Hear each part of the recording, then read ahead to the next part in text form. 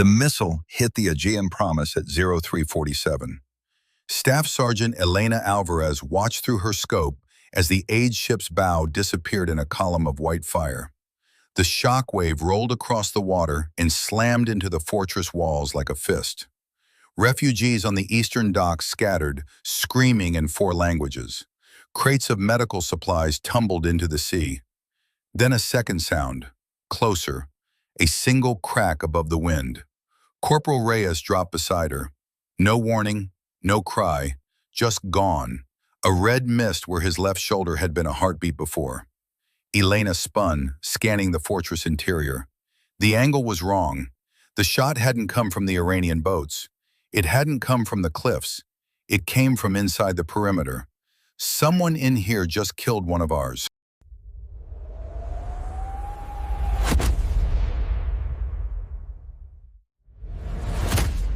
The helicopter banked hard over the Aegean, and Elena got her first real look at the island.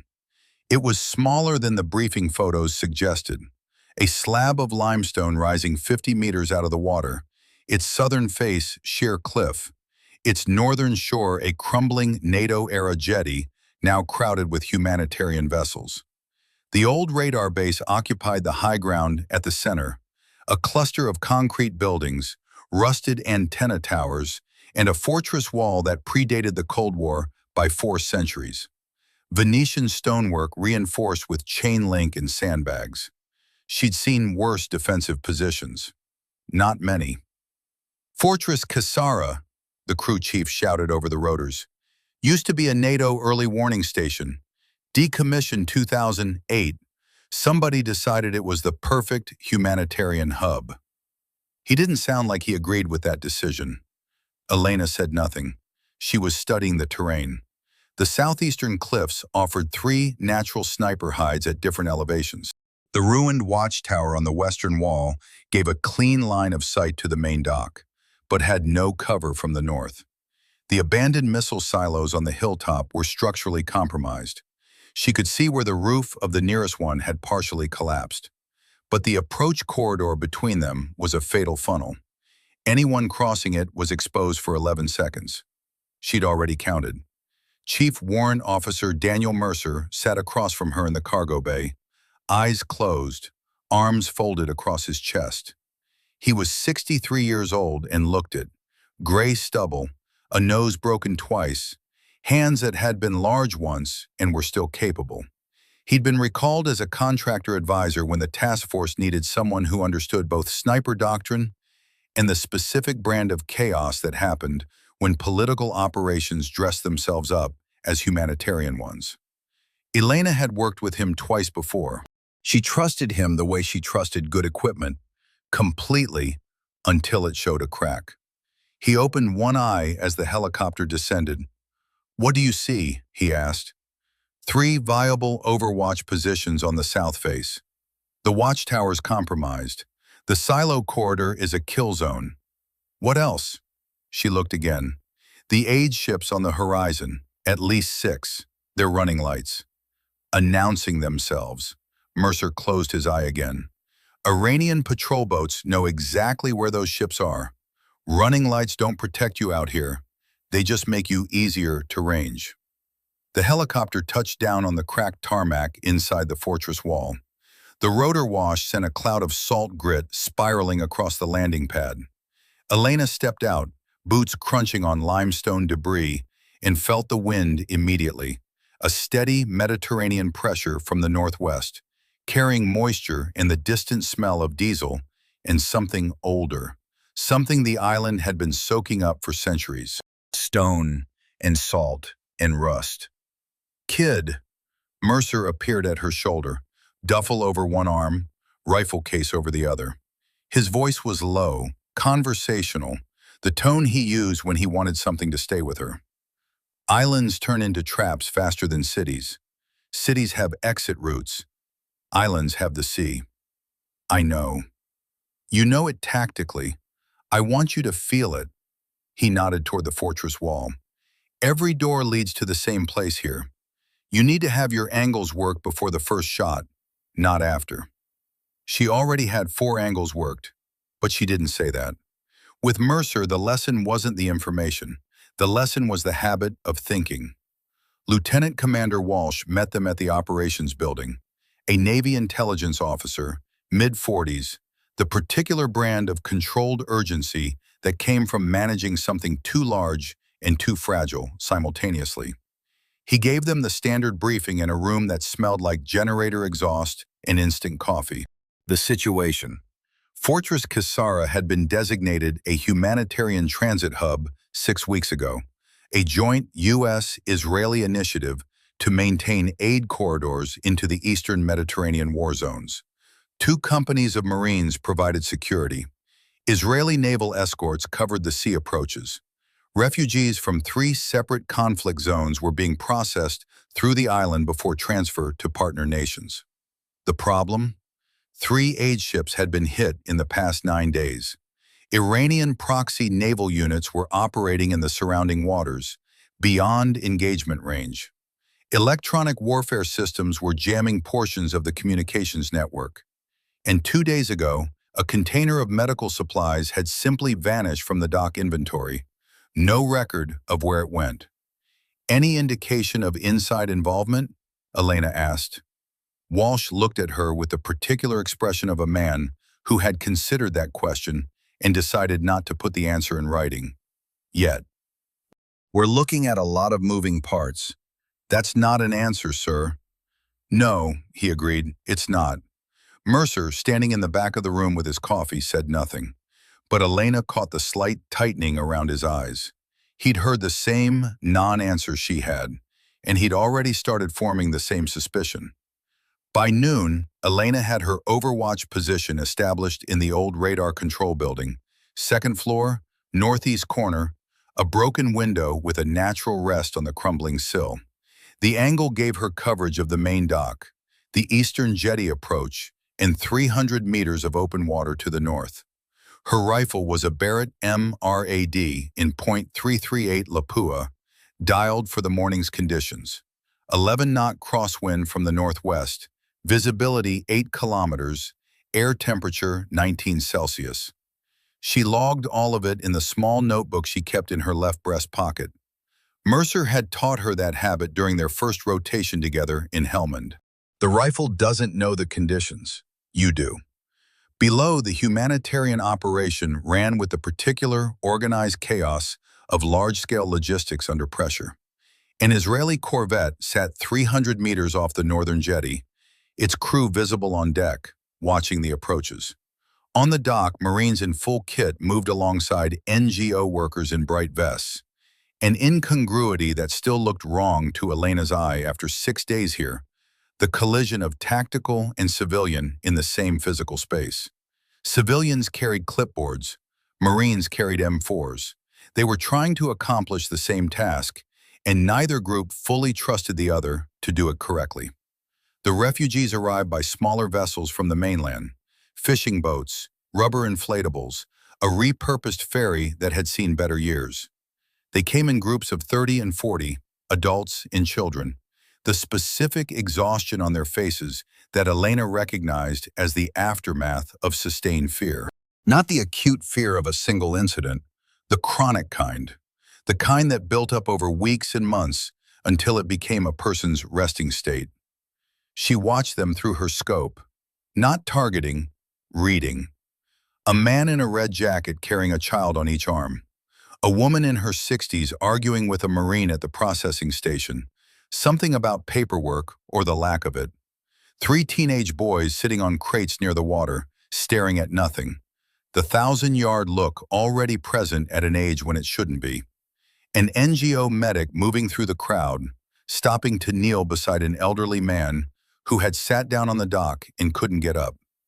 Sergeant Torres came up the stairs and appeared in the doorway. He was young for his rank, 24, from El Paso, with a competence that outran his experience in the ways that sometimes got people killed. Mercer says there's a weather front moving in, 72 hours, maybe less. I saw the report. He also says the Iranian patrol boats tripled their number last night, went from 2 to 6. Torres paused. That's a lot of boats for an area they're supposed to stay out of. They're measuring something, Elena said, not taking her eye from the scope. Seeing what the response is. What do we do about it? We let Walsh handle the diplomatic part. We handle the part where somebody points a weapon at our people. Torres nodded, but he lingered. Elena lowered the scope and looked at him directly. Something else, Sergeant? He hesitated. The guys are talking. About the missing container. About the comms jamming. There's a feeling that... He stopped. That what?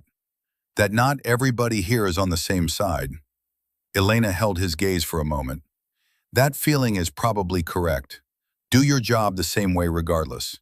He left. She went back to the scope. The Israeli corvette had moved 50 meters closer to the jetty. Its crew was no longer visible on deck. That was a change from this morning. She noted it in the small notebook and kept watching.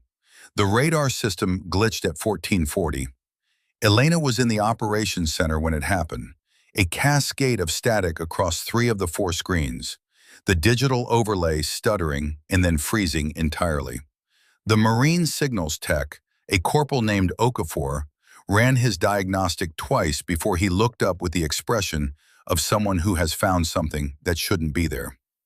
It's not the hardware, he said. The hardware's fine. Somebody's squeezing the frequency. Walsh leaned over his shoulder. Iranian EW? Could be, but the vector's wrong. Okafor hesitated. It's coming from inside the island. The room went quiet in the particular way rooms go quiet when nobody wants to say the obvious thing out loud. Elena looked at Mercer. He was standing against the far wall with his arms folded, and he was already looking at her. They'd worked together long enough that certain communications didn't require words. Yes, his expression said. I noticed it too. Don't react. She didn't react. Walsh dispatched a 3-man team to locate the interference source. They found nothing. Or rather, they found a sensor array in the basement of the old missile maintenance building that appeared to be a standard piece of leftover NATO hardware. But when Okafor examined it remotely, he noted that the firmware had been updated within the past 6 weeks. Standard NATO hardware with a 6-week-old firmware update in a building that had been decommissioned for 16 years. Walsh logged it as a technical anomaly and said he would pass it up the chain. Mercer watched him do it and said nothing until they were outside in the salt wind, walking the perimeter path above the eastern cliffs. He logged it correctly, Elena said, preempting him. He logged it in a way that gives him plausible deniability if it turns out to be significant, Mercer said. Not the same thing. You think Walsh is involved? I think Walsh is careful in a way that goes slightly beyond the situation requiring it. Mercer stopped and looked north, toward the Iranian patrol zone. The sea was darkening as afternoon moved toward evening, the water shifting from blue to a gray-green that matched the sky. Something is off here, Rook. Has been since we landed. I want you watching internally as much as externally. I've been watching. Watch harder. He turned and walked back toward the operations building. Elena stayed at the cliff edge for a moment, looking down at the water crashing against the limestone 40 meters below. Somewhere out there, beyond the visible horizon, 6 Iranian patrol boats were measuring the response time and the reach of the fortress's defenses.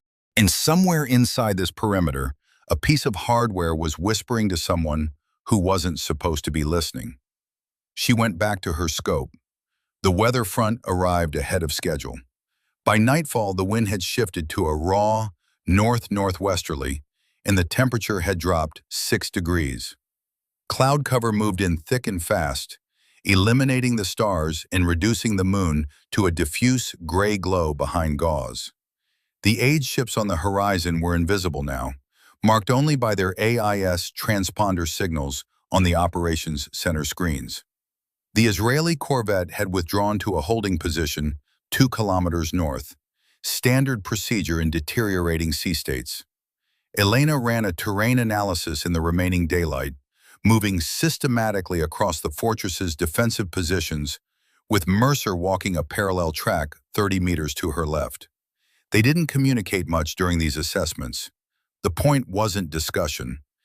The point was both of them building the same mental map through direct observation, so that later, in degraded conditions, they would know the terrain the way they knew their own equipment. The fortress was more complex than it appeared from the air. Centuries of occupation had layered it. Venetian battlements, Ottoman repairs, World War II concrete emplacements, Cold War prefabs, and now the current improvised humanitarian infrastructure of shipping containers, temporary fencing, and sandbag positions. The result was a terrain full of dead angles and unexpected cover, where a person who knew it well had significant advantages over one who didn't. She cataloged it all. The collapsed section of the northern wall that created a blind spot in the base's eastern camera coverage. The drainage channel running beneath the old armory building, tight but traversable. The gap between the missile silos, where the concrete apron had cracked and settled, creating a natural firing position with good concealment and a clear line to the western approaches. It was while she was examining the gap between the silos that she found it. A spent casing, 7.62 by 54R, the Soviet-era sniper round, still used by IRGC-trained irregular units. Not unusual for this theater, except that the casing was fresh, no oxidation, and positioned at an angle that suggested it had been fired from this precise location within the past 24 hours. She crouched and studied the angle. From here, a rifleman could range the main dock and the northeastern section of the fortress interior simultaneously. She photographed it with her phone and kept moving. Didn't call Mercer over. Not yet. But that evening, sitting with him in the corner of the operations center, while the storm wind pushed against the reinforced windows and the radar screens flickered with interference, she showed him the image. He looked at it for a long time. "The casing is positioned wrong," he said. "I know. A natural ejection pattern would put it 2 feet left." "I know." He handed the phone back. "Somebody moved it. Or positioned it deliberately." He was quiet for a moment. "To suggest Iranian presence in the fortress? Or to test whether we'd find it?" She pocketed the phone. "It's a tell, Mercer. Someone operating in here has a pattern. This is the second data point. The firmware was the first." "What's the pattern?" She thought about it. "They're not hiding completely. They're showing us just enough, keeping us slightly off balance." She paused. "It's a sniper's approach. Don't fire until you have to, but make your presence felt."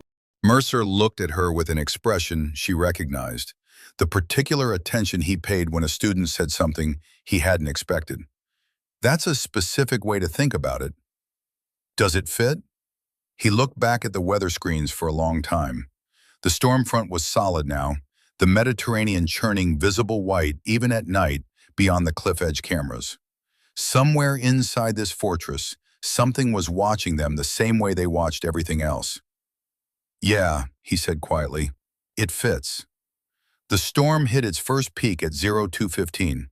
Elena was already awake. She'd been running 2-hour sleep cycles since they landed, a habit from Hellman that her body defaulted to whenever the threat level justified it. She was in her overwatch position, the window closed against the driving rain, watching the dock through the scope in conditions that pushed the limits of useful visibility. The rain had reduced her effective range from 800 meters to roughly 4. Anything beyond the main dock was noise. The supply convoy had been held at sea through the afternoon and most of the evening, waiting for a storm window. At 0200, Commander Walsh had authorized approach, a 3-vessel convoy carrying medical supplies and water purification equipment, escorted by a single Israeli patrol craft. The decision was defensible. The convoy had been delayed 48 hours, and the medical situation on the island was deteriorating. But something about the timing bothered Elena, in the same way the position casing and the firmware update bothered her. It wasn't wrong exactly, but it was slightly off in a way she couldn't fully articulate. She watched the convoy lights emerge from the rain at 0210. 3 vessels in close formation, the escort running 200 meters ahead. The dock crew moved into position, 6 Marines and 4 NGO logistics workers, lights on, ready to receive. The first truck on the dock, a logistics vehicle loaded with empty pallets, exploded at 0217. Not a missile. A pressure-activated device, she realized in the first second. Something placed beneath the vehicle or in a pallet position. The fireball was contained. It didn't reach the aid vessels, but the secondary blast sent metal fragments across the dock in a radius of 30 meters. 2 Marines went down. The NGO workers scattered.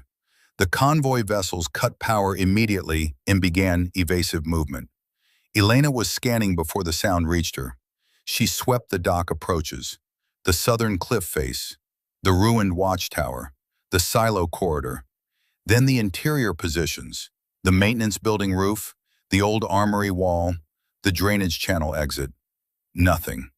Then, out of reflex rather than clear target identification, she swept back across the fortress interior. The upper walkway, the comms array housing, the inner walls. There, a shape withdrawing from the inner parapet. Second floor, north face. Too brief to confirm sex or equipment. Just a silhouette pulling back into shadow as she tracked it. She didn't fire. No confirmed threat ID, no clear shot, and no authorization for interior engagement without command approval. The rules of engagement existed for exactly this situation. A fortress full of friendly forces and civilians, and a shape disappearing into shadow. But the angle was clear in her mind. Wherever that shape had been standing, it had a perfect view of the dock during the explosion. She keyed her radio. "Operations, this is Alvarez. I have a possible interior contact, north face parapet, second floor. No confirmed ID. Request security sweep immediately." The sweep turned up nothing. Whoever it was had moved fast and known where to go. She filed the report. Walsh acknowledged it. The 2 injured Marines were treated for lacerations, neither life-threatening. The convoy vessels held position offshore through the remainder of the night, waiting for dawn in calmer conditions. Elena stayed in her overwatch position until 0600, scanning the interior as much as the exterior, the shape on the parapet replaying in her mind. Not Iranian, too far inside the perimeter. The fortress's electronic access logs showed no unauthorized entry through any of the main gates. Someone here had a key. Dawn came gray and cold, the storm still moving but lighter now, the rain dropping to intermittent squalls. Elena ran the counter-sniper analysis by herself, starting from the dock and working backward through possible firing positions. She was looking for a specific thing, a shot line that explained the position of the explosion and the angle from which the parapet figure had observed it. The problem was geometry. The dock was oriented east-west along the jetty.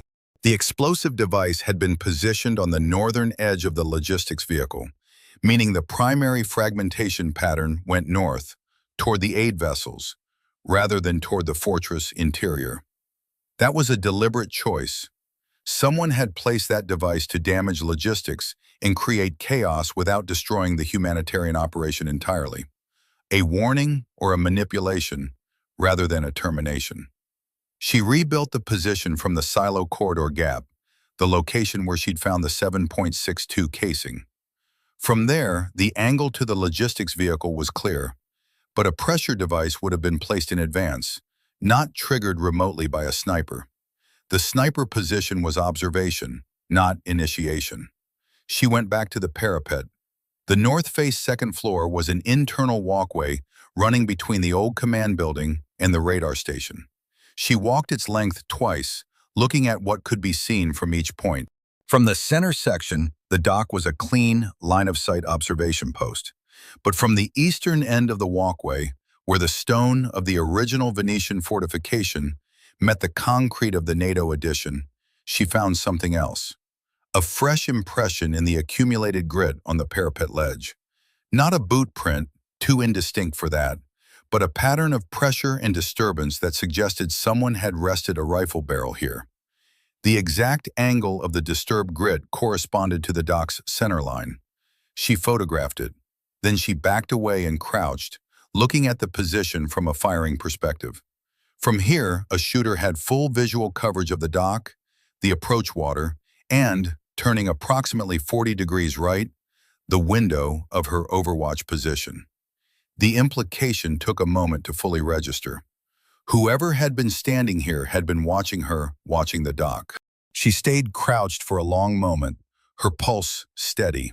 She'd trained that steadiness in over years, the discipline of keeping physiology subordinate to function, and let the implications settle into operational understanding rather than emotional response. She was being observed, had been being observed, and the observer had chosen not to fire. That choice was information. She went to find Mercer. She found him in the basement of the logistics building, which was the last place she'd expected. He was crouched beside a standard-looking telecommunications junction box, the kind of hardware that appeared on every military installation, unremarkable enough to become invisible, with a flashlight in one hand and his reading glasses on, which he wore only when he absolutely had to and refused to acknowledge in company. He looked up when he heard her on the stairs, closed the junction box, stood. "I was looking for you," Elena said. "I was looking for this." He nodded at the junction box. "Sit rep first. What did you find?" She told him about the parapet position, the rifle impression, and the sight line back to her window. Mercer listened without expression. When she finished, he was quiet for 5 seconds. "They could have taken you." "Yes." "And they didn't." "No." He thought about that. "You were working the counter-sniper angle. What was yours?" "Either they don't have authority to engage U.S. personnel directly, which suggests constraints, which suggests they're operating under orders from someone with political exposure, or they want me operational for some reason. Or both." "Or both," she agreed. He crouched again beside the junction box and opened it.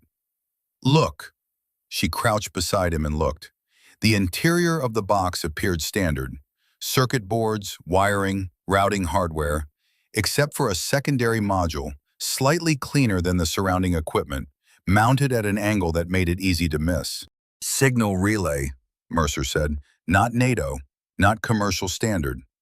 "Who makes it?" He pointed to a small, embossed logo on the module's corner, a stylized diamond mark above 3 letters. "Recognize that?" She looked at it for a long moment. The logo pulled at something in her memory. Defense industry trade shows. Contract announcements. She'd sat through 3 briefings on private contractor integration in the past year alone. It came. "That's Arcturus Defense Systems." Mercer said it quietly, the tone he used for confirmed bad news. "Private military contractor, Bethesda, Maryland, specializes in signals infrastructure and," he paused for emphasis, "autonomous systems procurement, drones predominantly." The silence in the basement felt different after that word. "They're inside the coalition," Elena said. "Their hardware is inside the coalition. Whether they're operating it from outside or have a person in here, I don't know yet." He stood, closing the junction box carefully. "But this relay is transmitting. It's been transmitting for weeks, based on the dust pattern around the cables. Everything going through this junction, every comms routing, every logistics coordination, every movement request, Arcturus has been reading it." Elena stood too. The basement felt smaller suddenly, the walls closer. "They know our positions. They know the convoy schedules. They know everything we know, and they've been feeding some of it somewhere." He pulled off his reading glasses and pocketed them. "The Iranian boats, the jammed comms, the missing container, the device on the dock tonight." He paused. "Someone is building a crisis. Specifically calibrated, not enough to stop the humanitarian operation. That would generate too much attention. Just enough to create instability, to make the situation look more dangerous and more complicated than it would otherwise be." "Why?" He looked at her steadily. The basement generator hummed beneath them. Above, through the concrete ceiling, she could hear the faint movement of the base coming to life in the early morning hours. Footsteps, radio traffic, the creak of the heavy north gate in the remaining storm wind. "I have a theory," he said, "but I want more evidence before I say it out loud." "Mercer, 3 days," he said. "Give me 3 days to confirm it. Keep your eyes on the interior. Report everything, but don't push Walsh. Keep your angles clean and your head down." She held his gaze. She trusted him. But she also knew him well enough to know when he was carrying more than he was saying. "3 days," she said. "Then we talk." He nodded once. She went back upstairs, into the salt wind and the gray morning light, and returned to her overwatch position. Below, the convoy vessels were beginning their second approach to the dock. The Israeli escort had returned. The sky to the east was the color of old iron. Somewhere in this fortress, a sniper had watched her through a scope and chosen not to fire. Somewhere below a logistics building, an American defense contractor's hardware was reading every communication that passed through this island. And somewhere beyond the visible horizon, 6 Iranian patrol boats were waiting for something. She brought her rifle up, settled into position, and began her morning scan. The island was a trap. Mercer had said so on the first day. She was beginning to understand exactly what kind. The siege began without a declaration. That was how it always went, Elena had learned. Nobody announced the moment when a tense operational environment became something worse. There was no clear threshold, no single event that separated heightened risk from encirclement. It happened the way weather happened, gradually, then all at once, and only in retrospect could you identify the exact moment when the conditions became inevitable. The morning after the dock explosion, Elena ran her 0600 scan and counted 9 Iranian proxy vessels on the northern approach. The night before there had been 6. By 1000, there were 11. By afternoon, a 14th had appeared on the eastern radar sweep, and the Israeli corvette, the Hadera, had moved to within 800 meters of the jetty in a posture that was unmistakably combat-oriented rather than escort-oriented. Its crew was back on deck. Its forward gun mount was uncovered. Lieutenant Commander Walsh called a command brief at 1400. Elena attended as the senior sniper element. The room held 12 officers and senior enlisted, and the temperature in it was a precise measure of how bad the situation had become. "We are not under attack," Walsh began. "We're surrounded," said Captain Okafor, the Marine Company commander, no relation to the signals tech, from the far end of the table. "The vessels are in international waters. They have not crossed the 12 nautical mile boundary. They have not fired on the fortress or on aid vessels in the past 18 hours. Walsh kept his voice carefully neutral. "That's not a siege. That's a demonstration." "What's the difference, sir?" said Okafor. "From inside the perimeter." Walsh didn't answer that directly. He walked through the operational picture. The convoy had been suspended pending clarification of the sea state threat. The Israeli Naval Command was coordinating with U.S. Fifth Fleet. Diplomatic channels were active. The fortress's defensive posture was elevated to FPCON Charlie. "What about the comms interference?" Elena asked. "Still ongoing. Signals is working the problem." "And the relay hardware in the logistics basement?" A pause in the room. Walsh looked at her with the careful expression of a man who has been made aware of a problem and has chosen his response to it. "That's been logged and is under review." "By whom?" "By the appropriate technical authority." She held his gaze for a moment.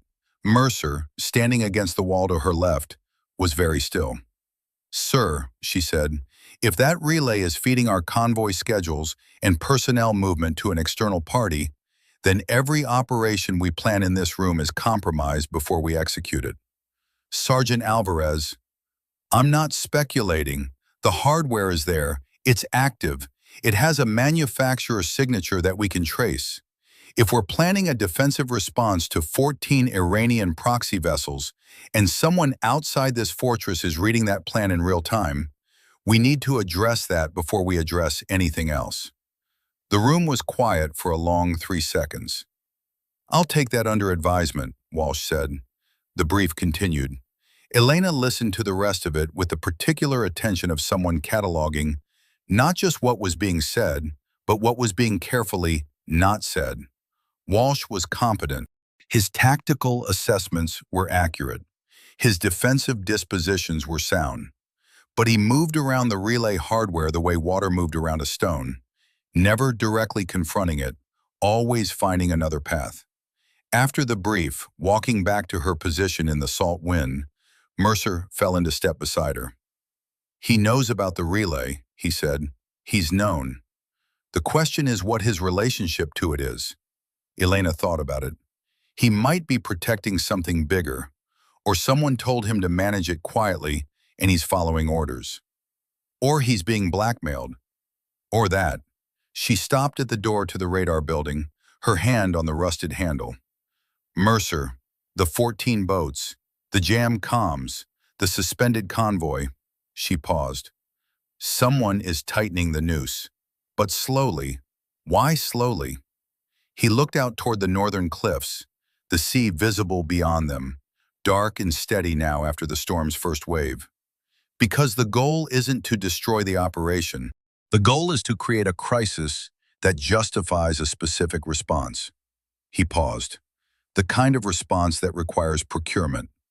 The relay, the drone contracts, the pieces had been assembling since Scene 7, and now they had the frame. "How long do we have?" she asked.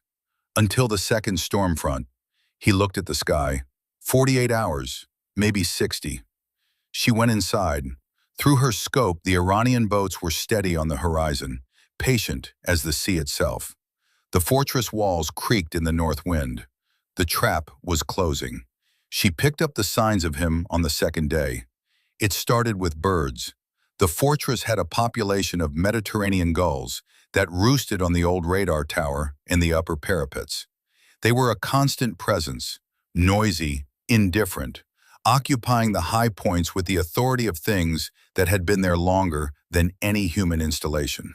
Elena had been unconsciously tracking them for days, the way any trained observer tracked ambient movement, building a baseline of what normal looked like so that deviation would register. At 0820, the gulls on the southeastern watchtower parapet lifted simultaneously. Not in response to a sound, she'd have heard it. Not in response to prey, there was nothing on that parapet for them. In response to a presence. Something had moved into that section of the parapet from below, coming up the interior stair, and the birds had registered it before she did. She tracked slowly to the position. The parapet was a 40-meter run of Venetian stonework, crenellated, 3 meters above the walkway. Excellent long-range firing platform for the southern approach and the silo corridor. She'd assessed it herself on the first day and logged it as a potential hide. She saw nothing for 3 minutes. Then, the slight displacement of a shadow in the third crenellation from the left. Not movement exactly, more like the absence of something that had been there a moment before. The negative space that a withdrawing form left behind. He'd been there. He'd moved the instant she began tracking. She stayed on the position for another 6 minutes, unmoving, controlling her breathing, letting her eye rest in the scope without the focused effort that could create the slight tension in the surrounding muscles that a trained counter-observer would detect. Nothing. But she understood something new about him now. He was fast. Faster than her in response time. He'd processed her scope movement and cleared the position before she could confirm him. That was exceptional reflexes combined with exceptional situational awareness. Not amateur trained, not even standard military trained. This was someone who had spent years doing exactly what she was doing from the other side of it. She adjusted her baseline. Stop looking for presence. Start looking for residue. Over the next 4 hours, she found 3 more signs. A slight compression in the dust on the armory roof ledge. Not a boot print, but the edge of one, suggesting a prone position. A gull disturbance on the northern inner wall that corresponded to no audible movement on the ground. A broken antenna stay on the comms array housing that had been intact during her morning inspection and now hung at a different angle. Not storm damage, the break was too clean. He was moving through the fortress with a familiarity that matched hers, learning the same positions she was learning, watching the same angles. But there was something else in the pattern, something she spent the afternoon trying to articulate. He wasn't just watching the defensive positions, he was watching her specifically. Each of the three residue signs was in a location with a clear sightline back to her overwatch window. Not the dock, not the Iranian boats, her. She brought that finding to Mercer at 1800. He sat with it for a long time, turning his coffee cup in his hands. Reconnaissance by observation. He's mapping my patterns, my scan intervals, my response times. Preparing for a shot? Or preparing to avoid one? She paused. Mercer, the behavioral signature I've been building, it's not an aggressive pattern. He's had 4 opportunities to take me, minimum, with the position and sight lines he's been running. He hasn't. Restrained, disciplined. Mercer set down the cup. That's either a man under very specific orders or a man with his own agenda that doesn't include killing U.S. personnel. Yet. Yet, he agreed. Keep building the signature. Don't confront. Don't make him feel burned. He looked at her steadily. You're the only counter-sniper asset we have that he hasn't already mapped. The moment he knows you've identified him, he'll disappear and we lose the thread. She went back to her position in the dark and watched the fortress breathe around her, its old stones holding their centuries of accumulated silence. And somewhere in that silence, a man who was very good at his job was watching her do hers. The first exchange of fire happened at dawn on day 3. Not a sniper duel in the classical sense. No extended ranging, no methodical position adjustment. More like 2 chess players simultaneously recognizing that the opening phase was over. It started with the supply convoy's second attempt. Walsh had authorized a night approach for 2 smaller vessels, faster, lower profile, using the storm's second wave as cover. It was tactically sound. The Iranian boats had adjusted their patrol pattern to cover the northern approach in daylight, concentrating their observation at the main jetty. A night approach via the southeastern channel, where the cliffs provided natural radar shadow, was the correct counter. Elena was covering the southeastern approach from her primary position when she heard it. A single shot from inside the fortress. Not the crack thump of an incoming round. The sound pattern was wrong for that. This was an outgoing round, fired from somewhere to her left and below her position. Suppressed, but not fully, a 7.62 made a distinctive signature even through the best suppressor on the market. She was scanning the southeastern channel through her scope. 50 meters below and to her left, one of the 2 incoming vessels suddenly veered hard right, cutting power. She swept immediately to the shot origin. Nothing. The fortress interior was dark, the power having been cut to minimize the light signature during the night approach operation. She swept again, slower, reading shadows. There, the roof line of the old armory, the same position where she'd found the compressed dust. A shape that was too regular to be stonework. Gone the moment she focused on it. She fired. A single round, not at the shape, it was already gone, but at the doorway she'd identified as the exit route from that roofline position. The theory, he was moving fast, and if he was going through the armory interior to exit, the doorway was the only option within his movement time. A sound below, the clatter of a man moving over rubble in darkness at speed. She held on the doorway, didn't fire again. If he was through it, the shot was wasted. If he was still moving inside the building, a second round through the doorway was a message more than a tactical action. 15 seconds of silence. Then from the northern end of the armory building, a single round struck the stone parapet 12 inches above her position. Not through her window, above the window. The placement was exact. He could have fired through the window. He'd chosen not to. The supply vessel had cut its engines entirely and was holding position in the radar shadow. The second vessel was still approaching, unaware. Elena keyed her radio. Operations, sniper contact, armory roof line, shots fired inside the perimeter, possible interdiction of southern convoy approach. Request flare illumination, southern quadrant. The flare went up 40 seconds later. In its cold white light, Elena swept the armory building from foundation to roofline. Empty. He'd been there. He'd fired on the convoy vessel, or at the water near it, she couldn't confirm which. And then he'd fired a warning round above her position and vanished. The convoy vessel that had veered came back on the radio. Fortress Kessara, we took a near miss, 50 meters off our bow. We're holding position. What is your situation? She had no good answer for that. The drone attack on the humanitarian convoy came at 0600, 41 minutes after sunrise. Elena was watching it happen from her overwatch position, and the horror of it was in how precisely it was executed. 3 civilian pattern quadcopters, the kind available commercially, modified for payload delivery, came in from the northeast at low altitude, following the cliff line where they would be invisible to ship-based radar. They were flying the exact approach corridor that the radar shadow had made vulnerable to the night convoy, which meant someone had mapped that vulnerability from the same analysis Walsh had used to plan the night approach and had fed it somewhere. The relay. In real time.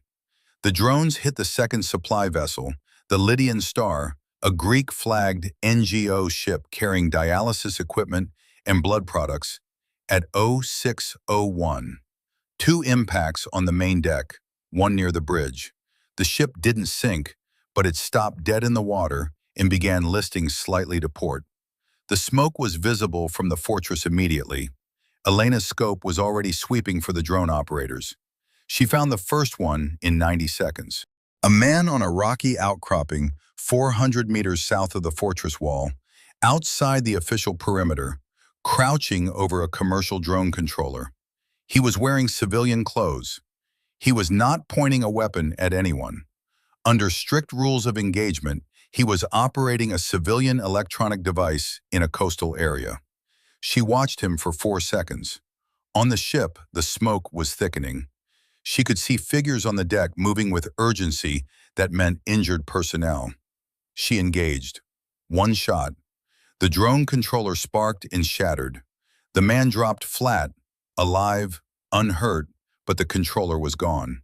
She swept for the second operator, found him in 12 seconds, 200 meters east, different rock formation, same civilian profile. She destroyed his controller with a single round. He rolled away from the impact and ran. The third drone had already completed its attack run.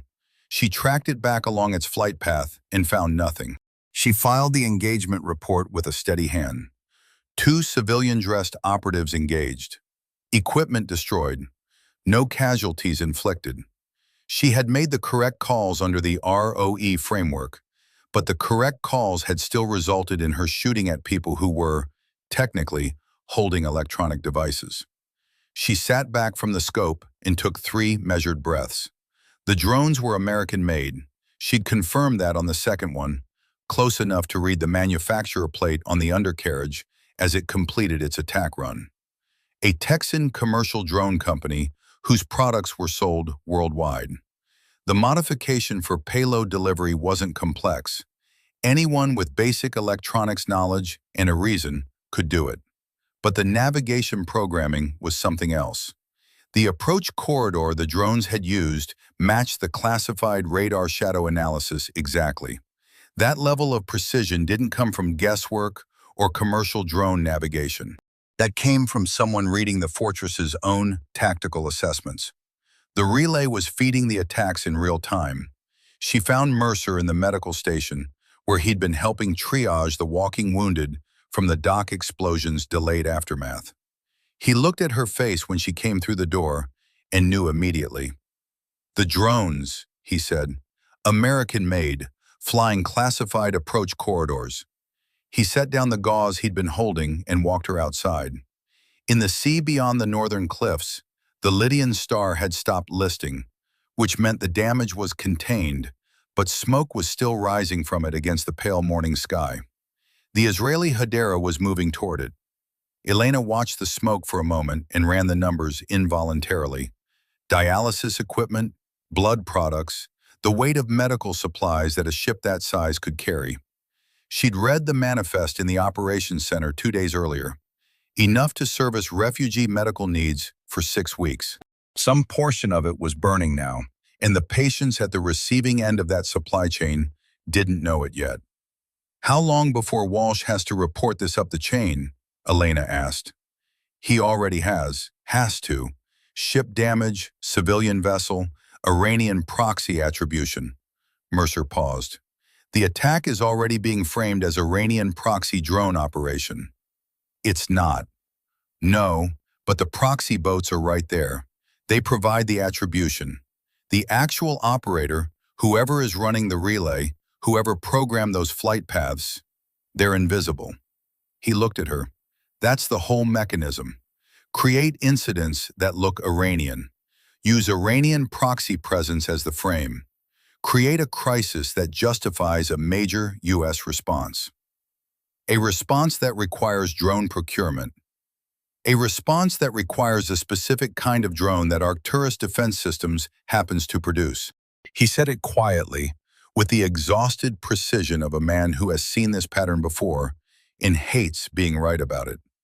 Counter-drone systems, EW suppression, autonomous perimeter defense. They have 3 contracts pending with the DoD, all of them contingent on demonstrated operational need.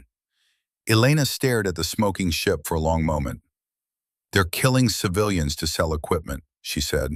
They're creating conditions that look like an enemy is killing civilians, while actually, possibly, doing the killing themselves. He paused. The beauty of it, from their perspective, is that the proxy forces are genuinely hostile. The Iranians would attack those ships if they had the opportunity. Arcturus just makes sure the opportunity presents itself correctly. She thought of the dialysis equipment in the Lydian star's hold, of the blood products, of the patients somewhere who had been waiting for both. She thought of the refugee woman arguing with the Marine at the processing station on her first full day here. The paperwork, the delay, the specific frustration of someone who had survived something enormous, only to be stopped at the administrative threshold of safety. She thought of the 3 teenage boys on the crates, the 1,000-yard look already carved into their faces, all of them downstream of decisions being made in a boardroom in Bethesda. The 2 drone operators I engaged this morning, she said, they were civilians, dressed as civilians, running commercially available equipment. Deniable assets. They'll be long gone from that shoreline by now. Yes, she looked at her hands. She had been doing this long enough that the physical act of shooting didn't stay with her the way it had in the early years.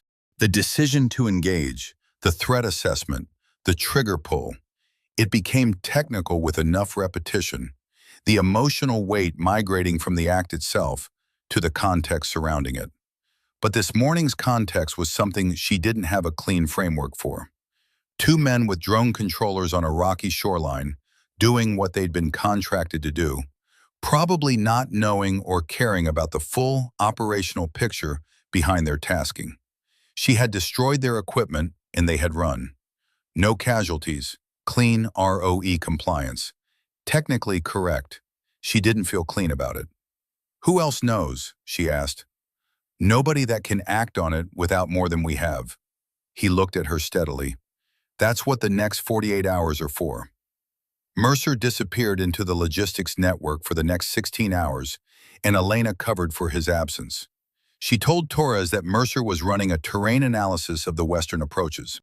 She told the operations duty officer that he was coordinating with the Israeli naval liaison. Neither was fully false. Mercer did cross the western compound twice during that period, and he did have a conversation with the Israeli liaison officer, a commander named Levi, whose skepticism about the official incident narratives had become quietly apparent over the past week. What Mercer was actually doing was building the evidentiary chain. He started with the logistics manifests. The missing container from the first week had disappeared from the inventory record entirely. Not just physically missing, but administratively removed. The kind of edit that left metadata traces if you knew where to look. Mercer knew where to look. He'd spent 3 years in the 80s working with Army Criminal Investigation Command before returning to operational service. A detail he mentioned rarely, and that Elena had initially written off as ancient history before she understood it made him the most useful person on this island. The container had been rerouted. The routing record, stripped from the main manifest, still existed in a backup system that hadn't been updated to reflect the edit. Destination: a staging area on the Turkish coast. Company of record: a logistics subsidiary whose parent company, buried under 2 layers of corporate structure, traced back to an Arcturus Defense Systems holding. The relay hardware in the basement had been transmitting convoy schedules, patrol rotations, and defensive assessments at intervals of 4 hours, always during the scheduled comms blackouts, when the traffic would be least likely to generate anomalous signals. The transmission targets were outside NATO's monitoring framework, routing through 3 commercial relay satellites before terminating at an address that Mercer couldn't fully resolve, but that was clearly not in Tehran. The drone attack that morning had been executed with flight paths that matched the Fortress's own classified threat analysis, last updated 48 hours ago and distributed to 6 personnel, including Walsh. He brought all of it to Elena at 2200, laid out in a yellow legal pad with the careful handwriting of a man who'd learned documentation before the digital age. "It's not proof," he said, "not the kind that survives a courtroom or a congressional inquiry. But it's enough. It's enough to know what's happening. It's not enough to stop it through official channels without giving whoever is running this time to clean up." He paused. "Walsh is either complicit or compromised. I can't determine which from what I have. Either way, reporting through him burns the evidence and accomplishes nothing. Can we reach Fifth Fleet directly? The relay is processing everything going through this island's comms architecture. Any transmission we make about this goes through that system first." Elena thought about it. "The Israeli liaison, Levi. I've been thinking about him." Mercer turned the legal pad over, tapping the back of it. "He's been asking questions about the convoy attack patterns independently. He reached out to his naval command 3 days ago about the possibility of inside sabotage. I confirmed that through the Hadera's comms log, which routes through Israeli Navy frequencies we're not monitoring." He paused. "He doesn't trust Walsh either. Does he have a secure channel that bypasses the relay?"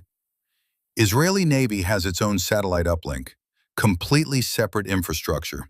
He held her gaze. "If we can get what I have to Levi, he can transmit to his command. Israeli intelligence has the resources to run the corporate trace on Arcturus in 12 hours. And unlike us, they have political leverage to make the information stick." Elena was quiet for a moment. The wind had picked up again outside, the second storm front, still 18 hours away at the forecaster's estimate, already making its presence felt.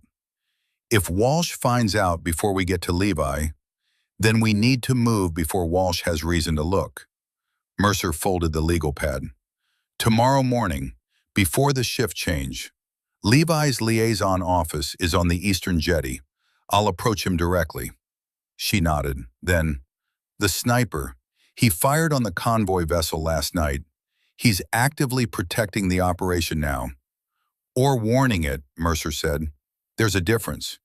She'd been thinking about that difference since the night before. The round fired above her position. The convoy vessel that veered rather than took a hit. If he'd wanted to destroy the vessel, he'd had the shot. Instead, he'd fired across the bow, the universal maritime warning signal, in a situation where maritime conventions were irrelevant. "He's not Arcturus," she said. "No, Arcturus wants escalation. Whoever that is," Mercer tilted his head toward the dark fortress interior, "is running a different agenda." IRGC proxy under orders that don't include civilian kills? Or someone who decided to modify his orders? He paused. Or someone who was sent here by a third party we haven't identified yet? She didn't have an answer for that. Neither did he. She left him with the legal pad and went back to her position, sitting in the dark with her rifle across her knees and her scope trained on the inner fortress walls, listening to the wind and the distant machinery of ships on a contested sea. The psychological campaign started on day 4. She found the first marker at 0730, a spent casing placed on the sill of her overwatch window. Not the rough 7.62 by 54R casing from the silo corridor. This was a .338 Lapua Magnum, her own caliber, placed with the precision of a formal statement. She looked at it for a long time before touching it. Then she photographed it, bagged it, and spent 20 minutes working backward through the possible approaches to her window, none of which should have been accessible while she was sleeping 3 rooms away. He'd come within 15 meters of her sleeping position. The message was clear enough. I know where you sleep. I could have done something about it.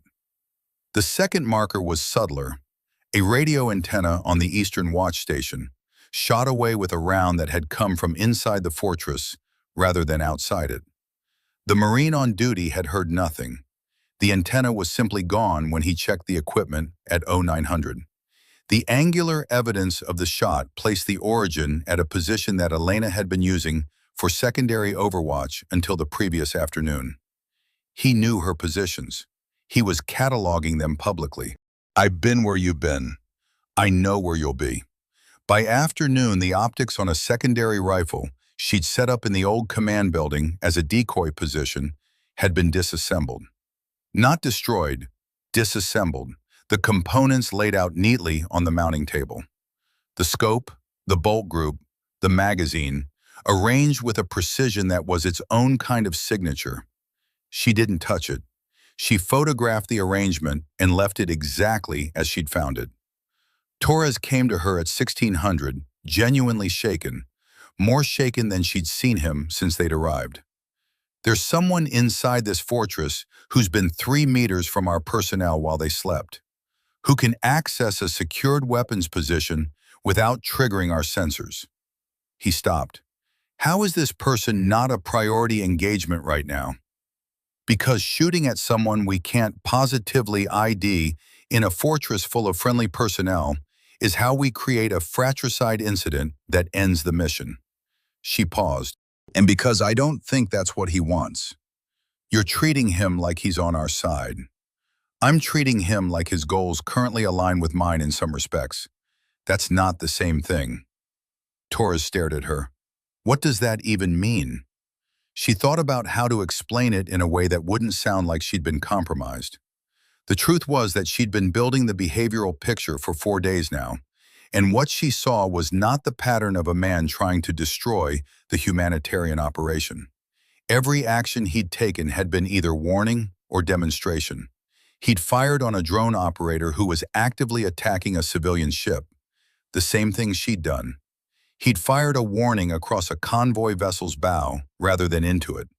He'd disassembled a rifle rather than destroyed it. He was sending messages, very specific messages, to a very specific audience. Someone running an escalation operation doesn't leave spent casings as calling cards, she said. Someone running an escalation operation doesn't warn civilian ships. Whatever he's doing here, it's his own agenda. And his own agenda currently includes keeping the humanitarian operation functional. Torres was quiet for a moment. And when it stops including that, then we'll have a different conversation. She paused. Keep this between us. He left looking unsatisfied. She went back to her scope. She ran the behavioral analysis again while she watched the inner fortress walls in the early afternoon light. 5 data points now. The position casing in the silo corridor. Not a natural ejection, deliberately placed. The parapet impression with sightline back to her window. The spent casing on her windowsill. The antenna shot to her secondary position. The disassembled rifle. Each action was calibrated. Each one required presence, skill, and choice. The man doing this could have made any of these moments lethal and hadn't. That was a sustained, conscious decision, repeated across 5 separate opportunities over 4 days. She tried to construct a version of this pattern that was a trap, a behavioral performance designed to lower her guard before a final action. She stress-tested it for 20 minutes and couldn't make it hold. A trap of this complexity, sustained this long, against a single sniper element in a fortress full of other targets. The math didn't work. If he wanted her dead, she'd had at least 3 windows in the past 48 hours where she'd been vulnerable enough that a patient man could have managed it. He wasn't trying to kill her. He was trying to communicate. The problem was she didn't know the full language yet. That evening, she did something she'd been considering for 18 hours. She identified the position with the best combination of visibility and defensibility on the southeastern parapet, the location where the first casing had been found, the first real evidence of his presence. And she positioned herself there in plain sight during the half-hour of evening light, with no cover and no concealment, in a posture that was unmistakably deliberate. I see you. I know you see me. Let's acknowledge it. For 20 minutes, nothing happened. Then, on the eastern inner wall, a figure appeared briefly in the gap between 2 antenna mounts. Male, average height, no identifiable gear from this distance. He stood still for 3 seconds, looking directly at her position, and then stepped back into shadow. Not a target acquisition, a response. She returned to her position in the radar building and sat with it for a long time. He was Iranian, or Iranian proxy, or something else entirely. She didn't know his name, his unit, his orders, or his full agenda. What she knew was that he was here, that he was better at this than almost anyone she'd worked against, and that for the moment, his actions and hers were converging on the same objective. She still didn't know if she was going to have to kill him before this was over. Mercer was shot at 0840 on day 5. He was crossing the open ground between the logistics building and the Israeli liaison office on the eastern jetty, a 60-meter transit that he'd made 4 times in the past 2 days. He'd timed it for the changing of the guard shift, when movement on the compound was at its highest and an individual figure would be less conspicuous. He'd taken a different route than the previous day. He'd varied his pace and his posture. He was being careful. Not careful enough. The round hit his left shoulder from behind and above, the classic anatomy of a shot fired from an elevated interior position. It knocked him down but didn't put him out. She heard his voice on the radio immediately, clipped and controlled, which told her the lung was intact and the shock hadn't taken his function. She was scanning for the shooter before his body hit the ground. Not the rival sniper. The ballistics were wrong, too flat, too fast. Not the distinctive 7.62 by 54R.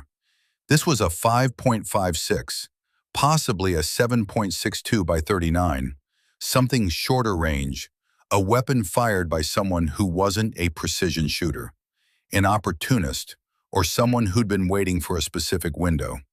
The shot had come from the upper floor of the armory building. She engaged the armory's upper windows with suppressing fire and shouted into the radio for a QRF element. Torres responded in 40 seconds. The armory sweep turned up nothing. A shell casing, 7.62 by 39, and a window position with a clear sight line to Mercer's transit route. Whoever had fired was already gone. She got to Mercer in the medical station 3 minutes after the shot. The corpsman was cutting away his jacket. The wound was through and through, high shoulder, the bone intact but the muscle damage significant. He was pale but alert, fighting the shock with the determination of a man who had decided not to let his body make his decisions for him. "It's clean," the corpsman said. "You'll keep the arm." Mercer looked at Elena. His eyes were very clear. "Levi," he said, "I'll get to him." The legal pad, he nodded toward his jacket. Inner pocket. She retrieved it. The documents inside, the manifests, the relay analysis, the corporate trace were intact. "Mercer," She crouched beside the cot so they were at eye level. "Who knew you were making that transit this morning?" He was quiet for a moment. "I told Torres the route, standard officer awareness." She kept her expression neutral. "Okay." "It's not Torres," he said, reading her face. "He's not in this." "Probably not." She stood. "Rest." "Elena." He caught her wrist with his good hand, a grip still strong enough to mean something. "The shot from the armory, 5.56 or AK. AK-47 or similar. The sniper wouldn't use that, not against a soft target in close range." He paused, the effort of speaking visible now. "There are two separate operations running inside this fortress. What you're tracking," he meant the rival sniper, "and something else. Someone more amateur, more direct, less patient." The implication settled. "Arcturus has its own person inside, different from the sniper, more willing to pull a trigger to protect the operation." He released her wrist. "Be very careful, Levi. Fast." She left him and moved.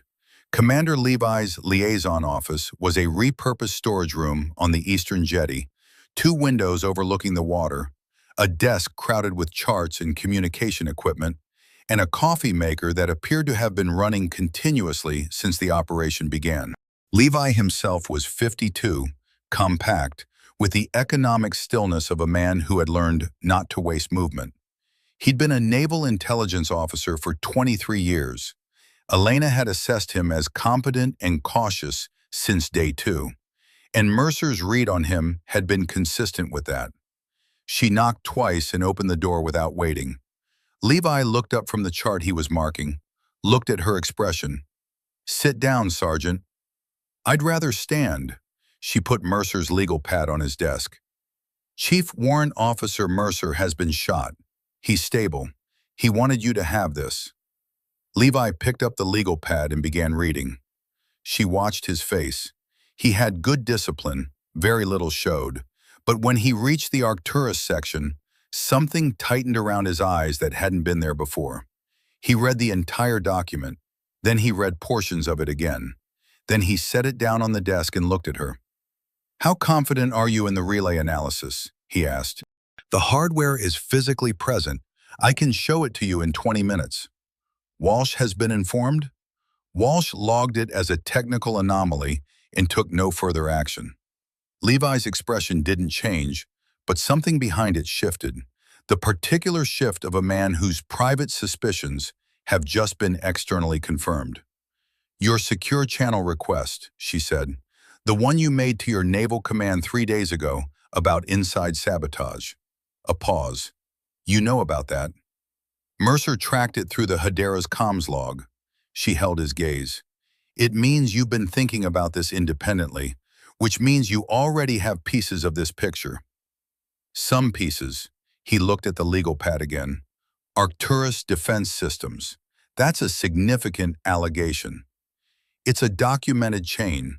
The corporate trace is preliminary but traceable. Israeli intelligence can run it to ground in," Mercer estimated, 12 hours. "He's probably right." Levi was quiet for a moment, his hands flat on the desk. The coffee maker made a soft sound in the corner. Outside the window, the sea was visible, gray-green, the second storm front visible as a dark line on the northwestern horizon. "If we transmit this through Israeli naval channels, we bypass the relay entirely, but we also make it visible to Arcturus, or whoever is running their inside operation, that the information has been extracted and transmitted. How long until your command can act on it? To issue a formal finding and begin interdiction of Arcturus operations? 48 hours minimum through channels. Faster if they escalate to liaison with your intelligence community directly. The storm front hits in 18 hours. Levi looked at the northwestern horizon. Yes. Which means whoever is running the Arcturus operation here knows they have an 18-hour window before conditions ground the drones and restrict the proxy boats.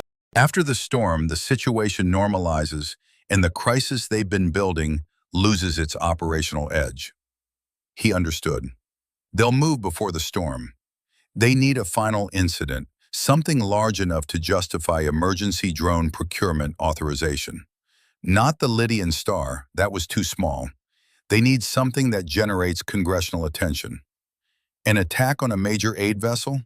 Or on the fortress itself? He picked up the legal pad. I'll transmit this within the hour. Israeli naval intelligence will have it before noon. He paused. What are you going to do in the next 18 hours? She thought about the rival sniper, about the behavioral signature, about the warning shots in the disassembled rifle, and the figure standing briefly visible on the inner wall, acknowledging her. About what Mercer had said. There are two separate operations running inside this fortress. There's a counter-sniper asset inside this fortress whose goals appear to currently align with preventing escalation, she said carefully. I don't know his full allegiance. I believe he's been sent to protect a specific objective, not to destroy the humanitarian operation. Levi looked at her for a long moment. Are you telling me there's a third party in here? I'm telling you, I don't think the man I've been tracking for 5 days is Arcturus, and I don't think he's acting purely on IRGC proxy orders either. She paused. I think someone sent him here to watch the same thing we're watching. Which third party would have that interest? She didn't answer that. She didn't have a confident enough answer.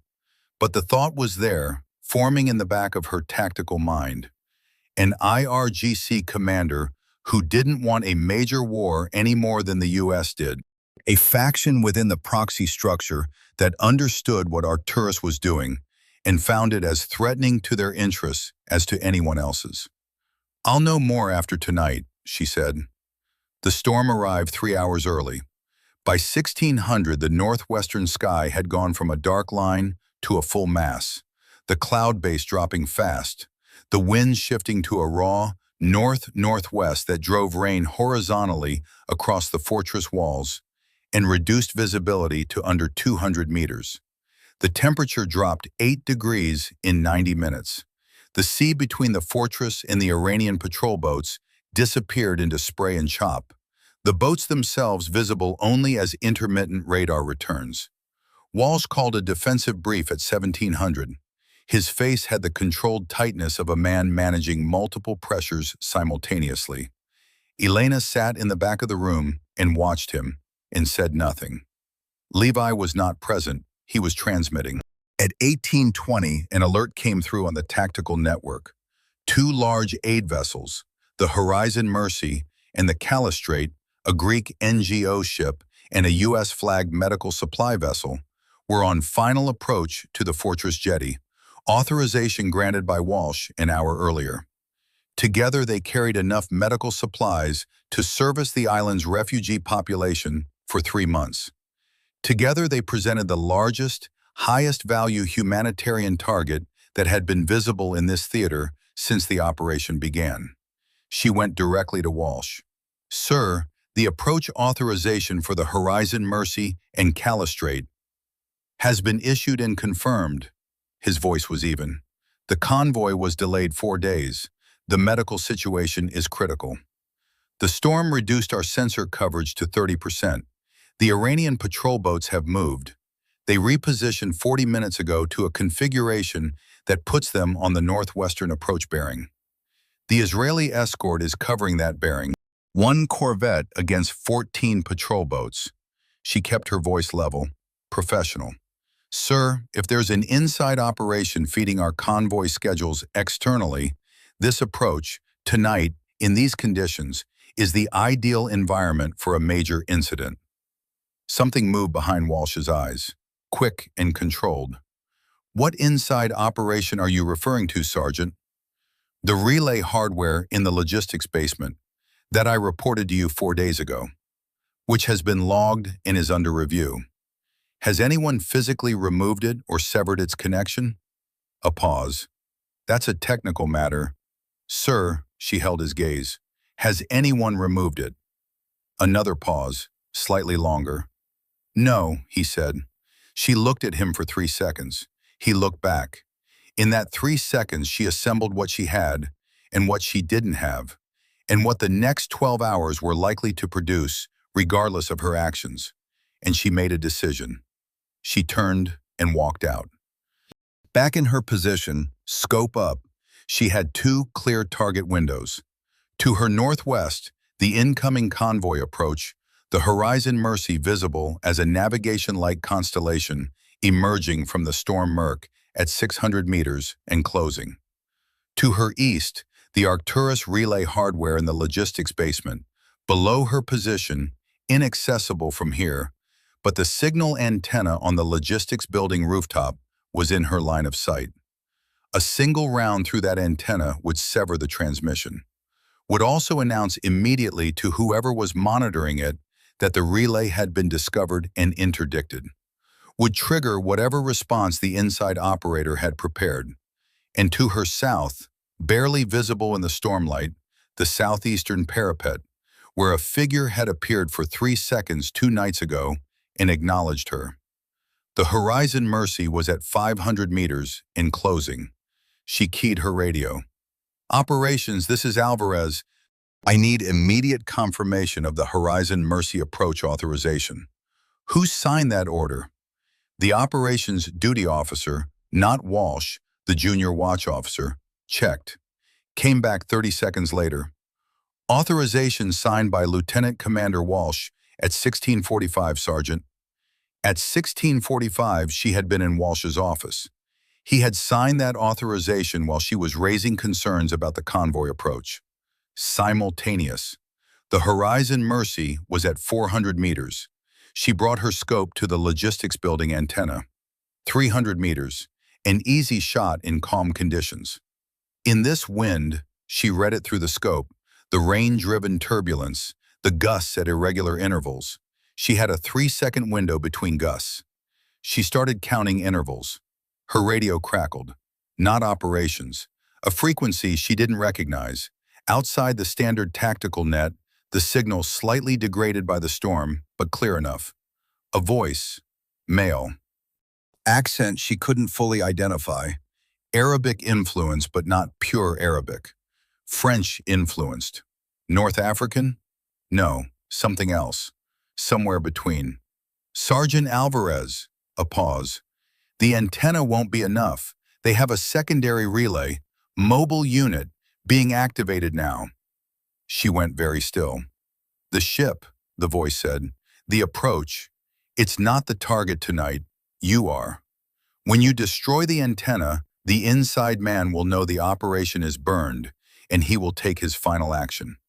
He has been positioned for 3 days to kill you and Mercer and destroy the relay evidence." Her scope was still on the antenna. Her hand was steady. "Who are you?" she said.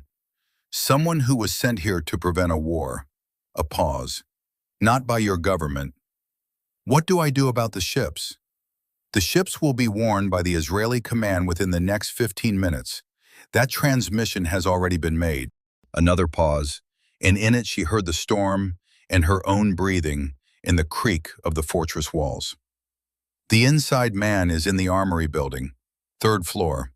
He was positioned there 40 minutes ago. I have been watching him." She swung her scope to the armory building. 3rd floor, northern face, 1 window. "You could have engaged him yourself," she said. "He is not my target, and if I fire on American coalition personnel, even a compromised one, the situation becomes something different than what it currently is." A pause.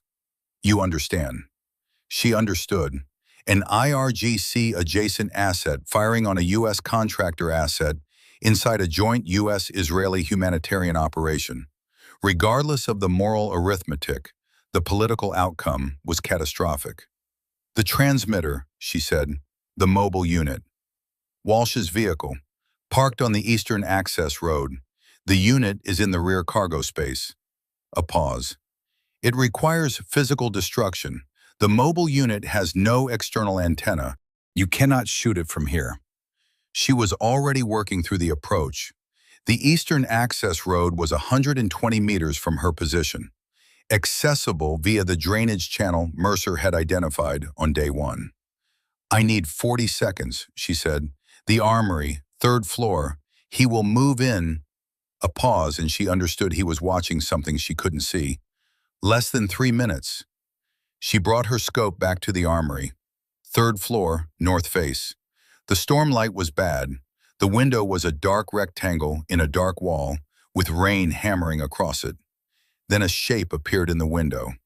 A man, not in a shooting position, looking out at the Horizon Mercy's approach lights. She had the shot. She ran the calculation.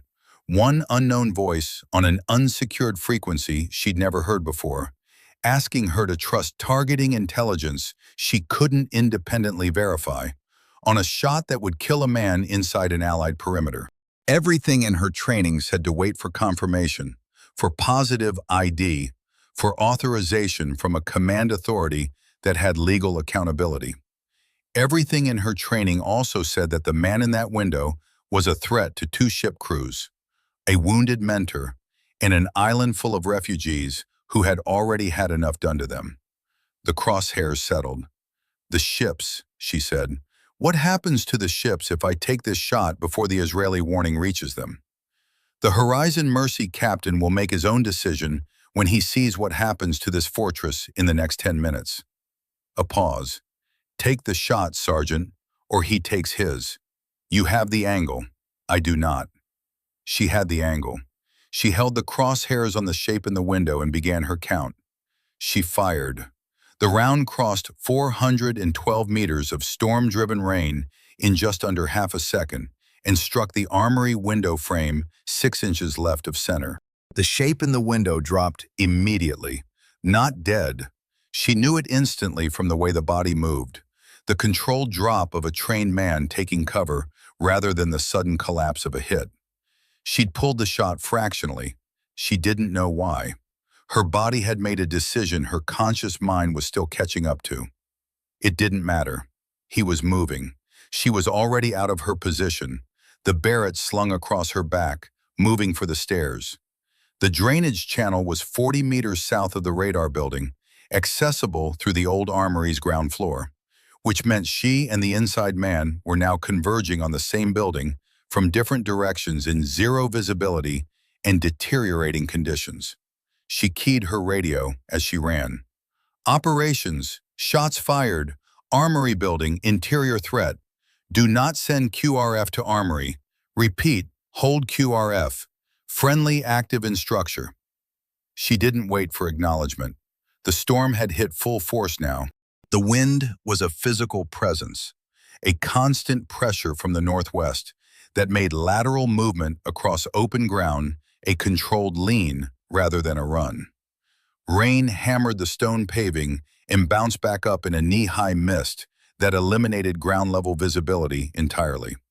The fortress walls channeled the wind into unpredictable vortices that shifted direction every few seconds. The kind of conditions that made precision shooting at any range over 100 meters a different calculus entirely.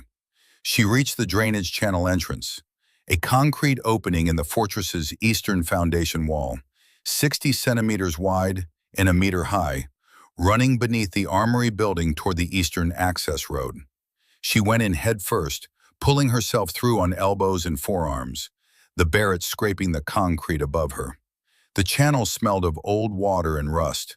She moved fast and low, the flashlight on her wrist mount giving her 6 meters of visibility in the cramped space. 40 seconds. 50.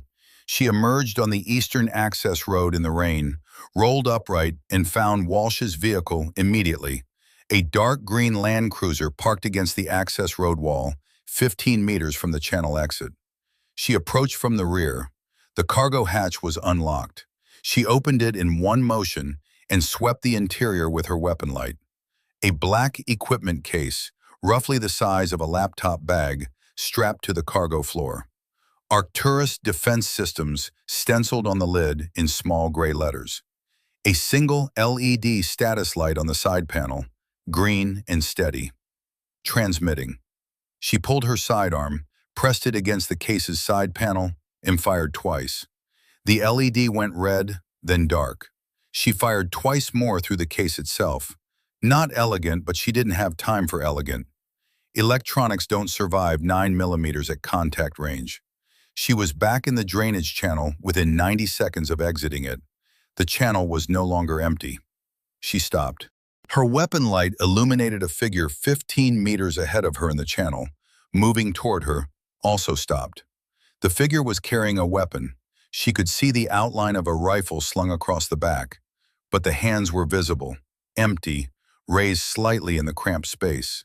A gesture that said, "I see you, not a threat, not right now."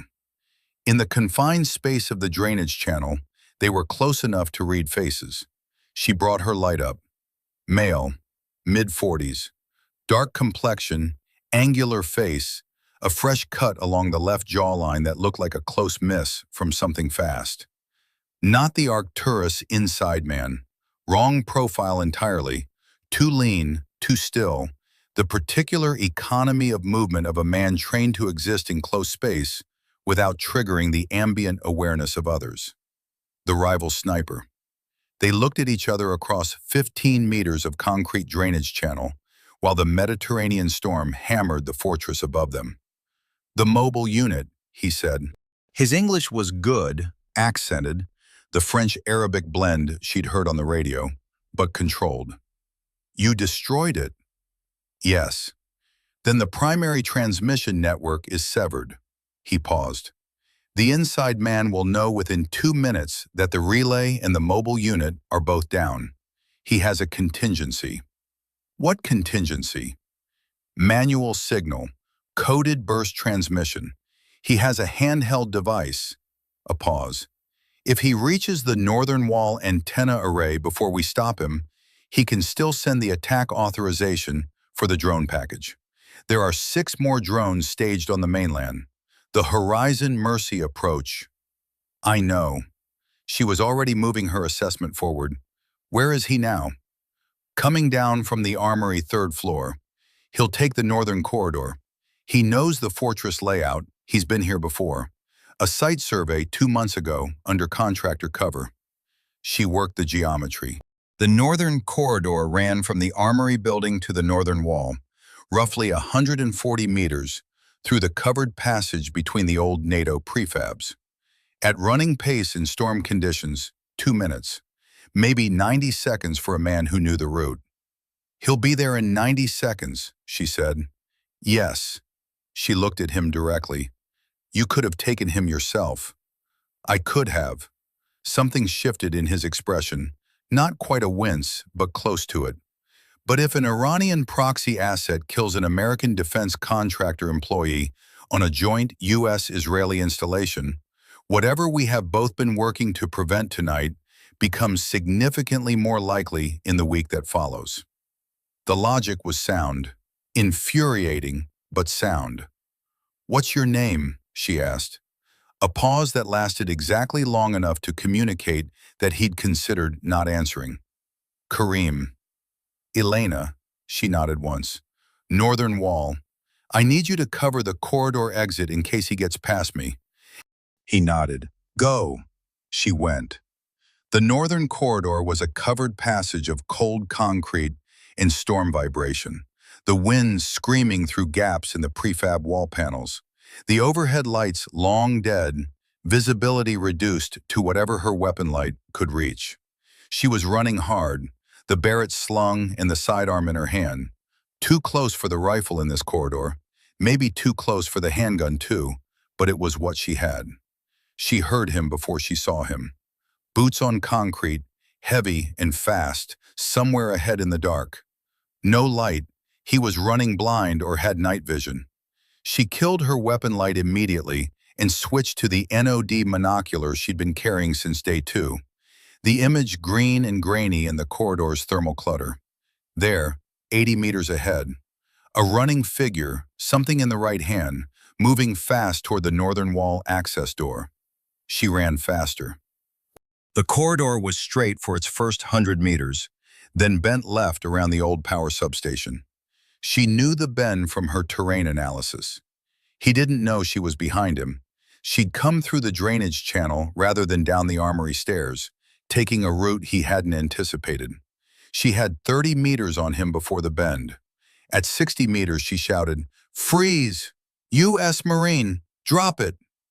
He didn't freeze. He turned. She saw the handheld device in his right hand, a ruggedized tablet, military grade, the screen already bright with an active transmission interface. His left hand came up with a compact pistol. She went left, into the gap between two prefab wall sections, and his shot went past her and sparked off the concrete behind. She put 2 rounds into the wall section he was behind. Suppression, not precision. The confined space making ricochet a factor for both of them. Silence for 2 seconds. "Arcturus!" she called out. "Whatever you're holding, the evidence is already gone. The mobile unit is destroyed. The primary relay is severed. Israeli intelligence has a full corporate trace on your operation. This is over."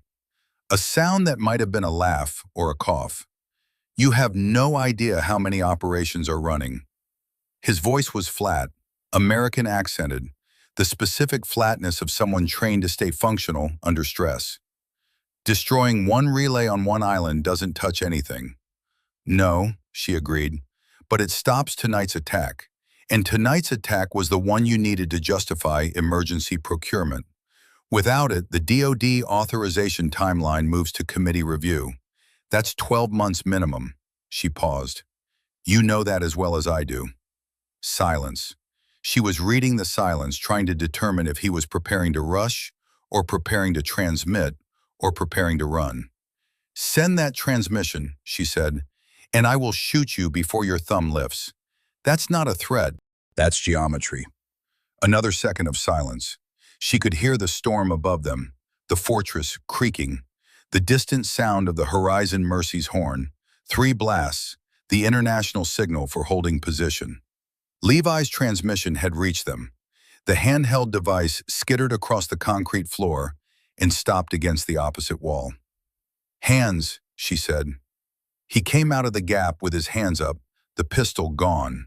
She didn't know where, and his face showing the controlled blankness of someone who has identified their best remaining option as cooperation. He was mid-40s, unremarkable in the way that people in his line of work learn to be unremarkable. She'd passed people who looked exactly like him at contractor briefings a dozen times.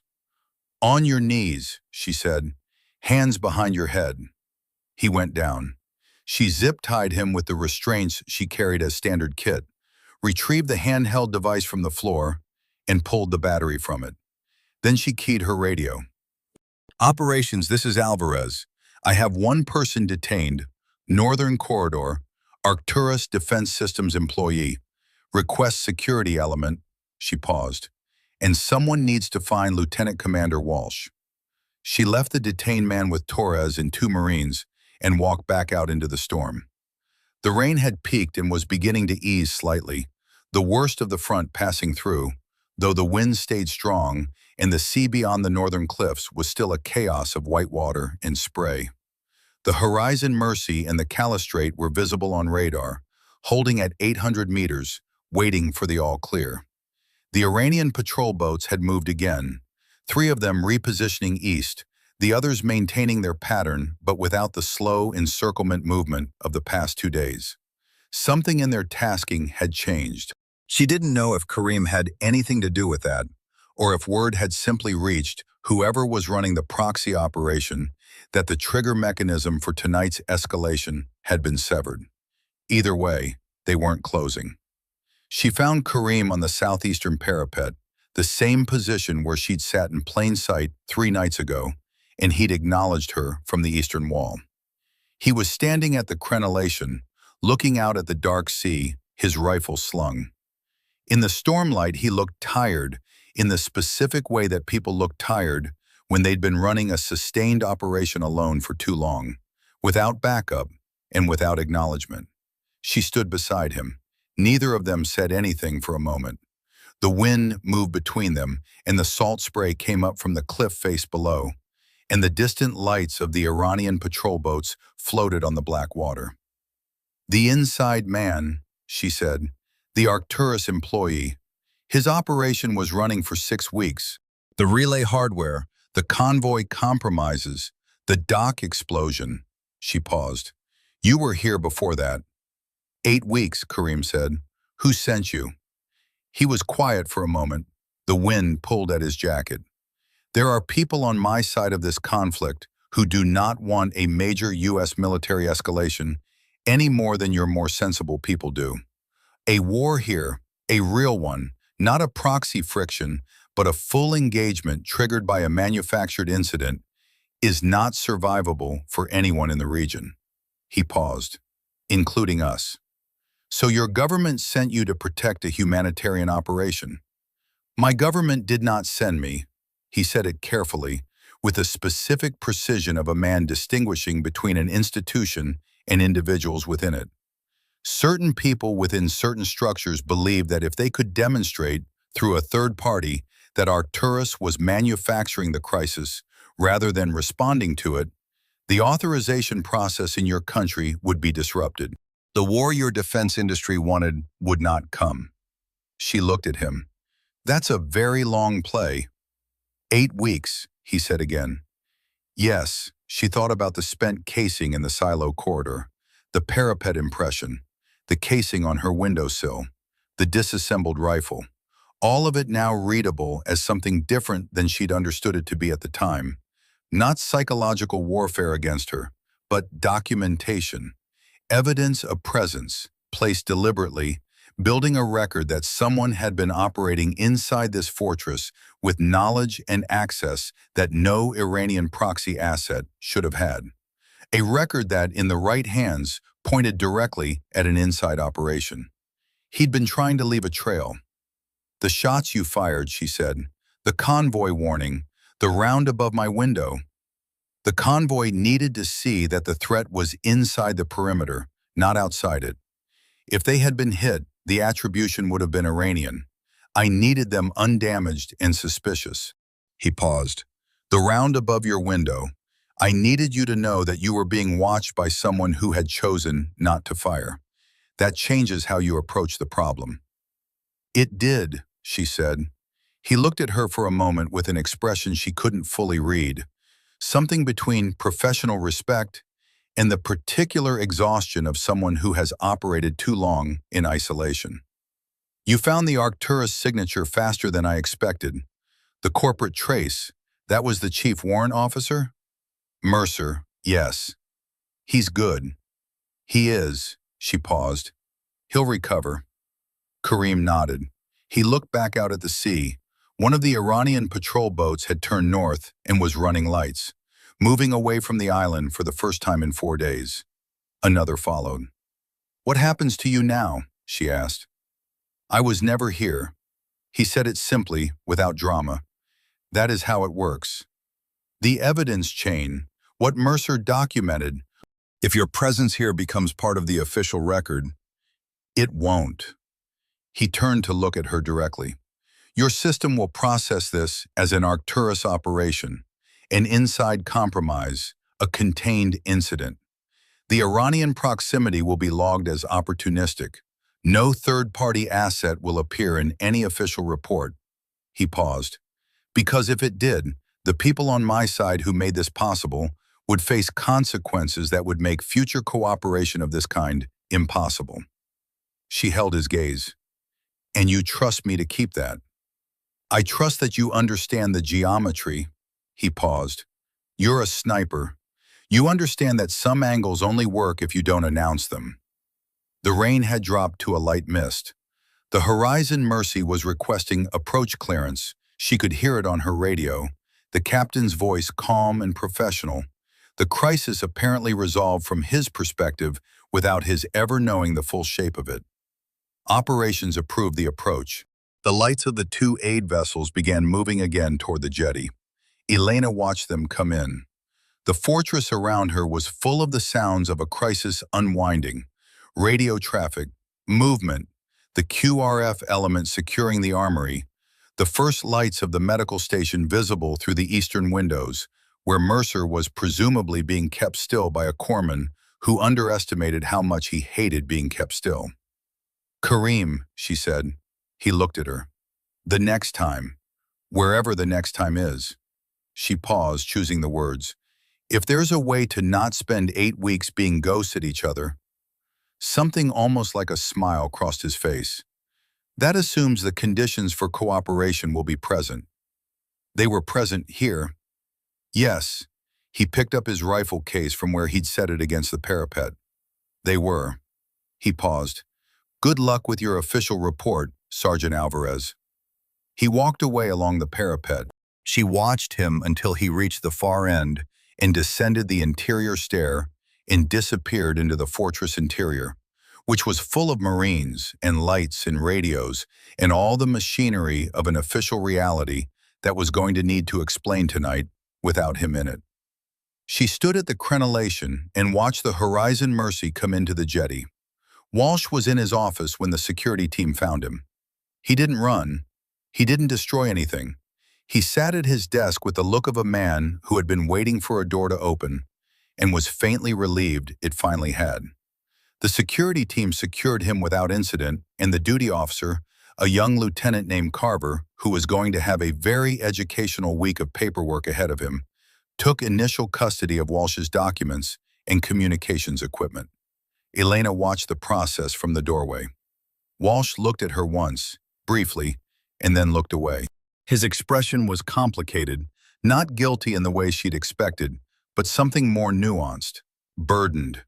The expression of a man who had been carrying something too heavy for too long and had just set it down in the worst possible place. She didn't say anything to him. There was nothing useful to say.